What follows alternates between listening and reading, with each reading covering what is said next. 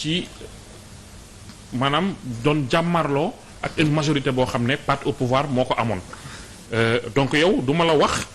ce que peut faire un pouvoir majoritaire à l'Assemblée nationale ci loo xam ne xëy na dañ koy ñaawlu donc qu'est-ce qui a changé entre-temps ba tey jii nii ñu mën a jox la majorité au pouvoir en place. parce que la fi ne woon moo fi jóge lu bees moo fi ñëw par la volonté des Sénégalais. benn marque bi gën a am solo bi ma jàpp ni moo tax Bassirou Diomaye Diakhar nekk président mooy que ni Sénégalais yi dañoo am yaakaar bu rëy ni jëmm yii de wuute nag modèle bi nga xamee ni moo daan nekk ci bopp réew mi des indépendances à nos jours ci yar ci fulla ci fayda ci dëggu jub ak loxo yi sell te xam nga ñun Sénégal gii am na lenn loo xam ne certitude la depuis les indépendances mosuñoo manqué borom xam-xam. nit ku jub moo tumaranke woon à la tête de l'État.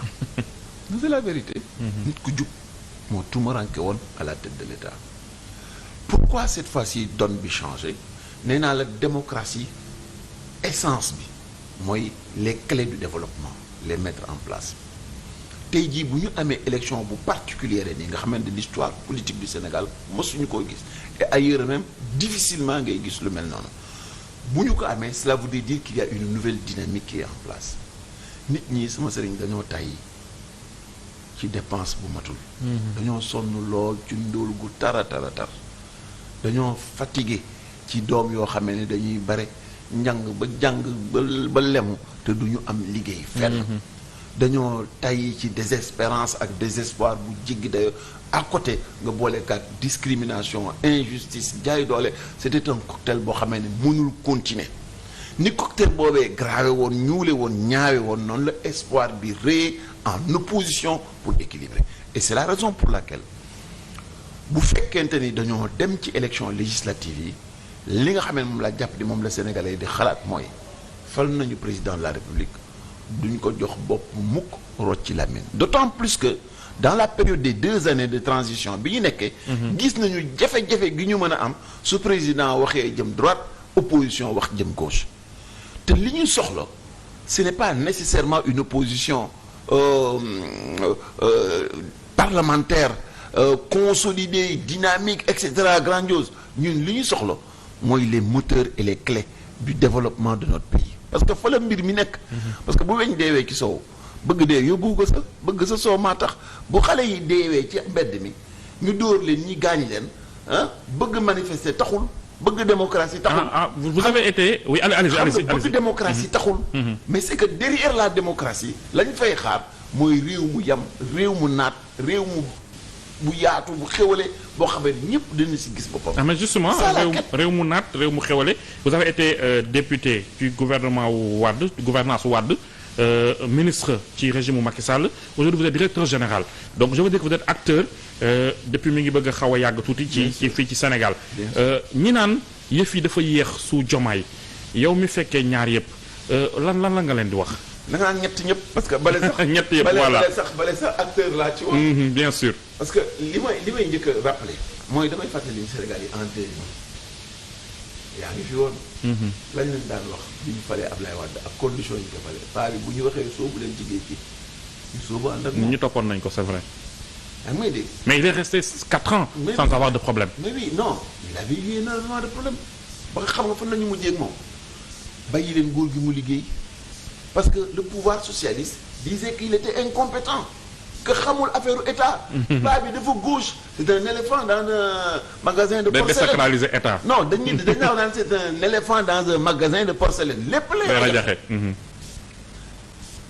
bi Macky Sall ñëwee au pouvoir le même président de la République disait que ni juróom-benn weer duñ ko def ba pare te duñu am cessation de paiement. ñu teg si tuuti ñu ne réew mi dafa Macky waay. donc rien donc dara beesul fii c'est les parce que koo fi naan ku génn dem di naan ci te wax jàmm nañ ma baal tuuti. mais c'est juste une petite raillerie bien amicale mais li ci am solo au-delà de tout mooy Cheikh Ablaye daf ñu daan wax ni boo amee mbubu mu ràpp bu xëyee di boo xamee da nga cee doyal mu xotteeku te jagul baaxul sàngulu la dara muurulu la dara nga bëgg koo simmi fekk mbubu mu rafet comme sa mbubu mii fas yéene ko sol nee na loo gaaw yaramu ne ndox si diggante bi et la vie n'est pas de la magie addina gii dara du fi magie mënuloo def jël benn graine saxal ko tey jii ni ko saxal tey jii baa ma sulli la boo ko defee noonu doo góob dara. li leen manqué pour que yëf yi mën a commencer soppeeku positivement bokk na ci une majorité à l'Assemblée. naka la ñu mën a mais avant ngay dem foofu. lan moo tax nga ne li ñu manqué ñu ngi sant yàlla. parce que dëkk bi wow na dëgër na métti na. mais wow na kooku xam nga lu tax mu wow. parce que avant dañoo dugal ci dans une bulle artificielle alimenté ko de manière soporifique. Avec des investissements lourds colossaux qui ont complètement miné la capacité d'endettement de notre pays ñu nekk ci bulle boobu naaw jëm kaw asamaan. ci biir bulle boobu nit ñaa ngi ci kaw asamaan mais ils se rendent compte que jàpp ñu ci dara dëkk bi tar na métti na. gis la grande rupture de l'élection a fait exploser la bulle. On chute d'en haut ñu dal ci suuf et on retrouve la réalité c'est du factuel li ma lay wax nii. C'est cette réalité retrouvée qui nous permet de comprendre que ni ndekete gars yi ci dara ci ngelaw lañ ñu jàppe woon te gis nga en économie soo góorgóorloo ba les données góorgóorlu ba la réalité économique reposer sur du dur du solide nga xamee ni maquillé woo raxasoo embelliruloo mais c'est la vraie réalité leneen li ci des automatiquement la confiance des Sénégalais dans le système day dellu si et de fait même ñi la noté woon démb ak bërki démb. notation bu bon boobu day indi un effet levier pourquoi parce que tey jii dañuy xam ni benn ils ont un partenaire crédible xam nañu nit ki ragalul wax la réalité. xam nañu nit ki am na fulla yi assumer boppam et qui n'a pas peur des défis et qu'il va relever parce que mënul nekk leneen on est au Sénégal sama sëriñ. on n'est pas ailleurs. ñun duñu ay cuune réew mi fii la ñuy waxee ni benn nandite moo gën camion ngaaka. mais ni nga ma décrire réew mi est-ce que waru leen changer discours parce que tey jii sénégalais yu bëri te sax xëy na Ousmane Sonko moo encouragé boobu croyance bu ngeen amee majorité à l'Assemblée nationale les choses vont changer. te li nga may expliquer nii mën na dépasser ay années pour rétablir li nga xam ne mooy yaakaar gi wala mettre les feux au vert comme on dit. mais xam nga li ci am solo ba am solo mooy.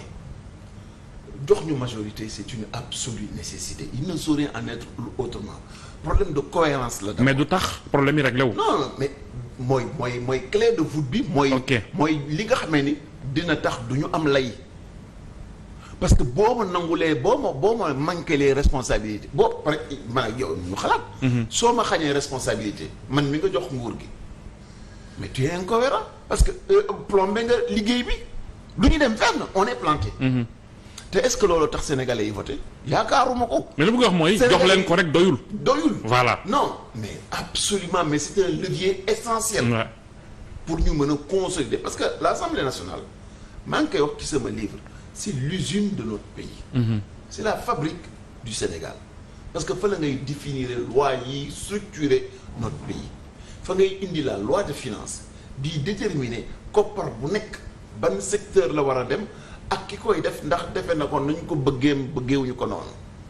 ci foofu nga mën a am capacité à un moment déterminé woo ku la neex ci biir réew mi convoqué ka ngir mu expliquer wu ci lu tax nii demee nii te bañoon demee neneen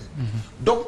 dafa di un élément essentiel du dispositif politique et du dispositif de gouvernance mënuloo gouverner am réew dans les principes démocratiques su fekkente ni téewoo Assemblée nationale. Et c'est pas pour rien que dans les pays anglo-saxons ak ñi nga xamee ne ñoo am ay régime parlementaire on voit l'interaction terrible qu'il y a entre le parlement et le gouvernement bu dee Angleterre dañuy jógee ci parlement bi dem ci gouvernement. mais ñenn ñi bu ñu leen di déglu vous avez besoin du parlement pour régler un certain nombre de comptes aux responsables du régime précédent. La haute cour de justice par exemple pour mën a juger les ministres yi nga xam ne ils ont fauté dans leur gestion. Par exemple, à mon avis, c'est le moins important